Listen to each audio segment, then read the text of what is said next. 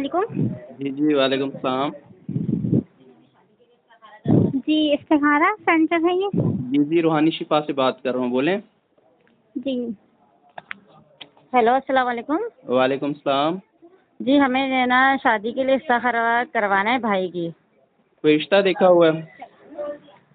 जी, रिश्ता हाँ, लगाना है वो जैसे कि आप इस्तिखारा करके बता सकते हैं, मैं आपकी लड़की का नाम बता सकती हूँ और उनकी वालिदा का।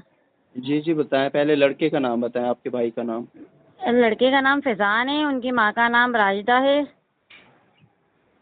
ठीक है, और लड़की का नाम? लड़की का नाम अलीज़ा है, उनकी माँ का नाम शबाना है। ठीक है, लाइन पे रहें।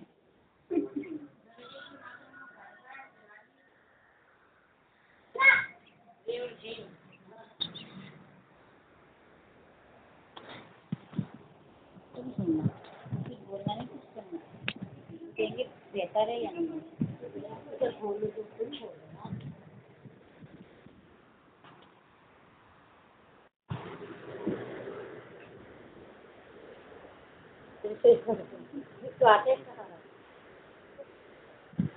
बेहतरी है इंशाल्लाह, बेहतरी है, अच्छे आ रहे हैं इस्तिखारे।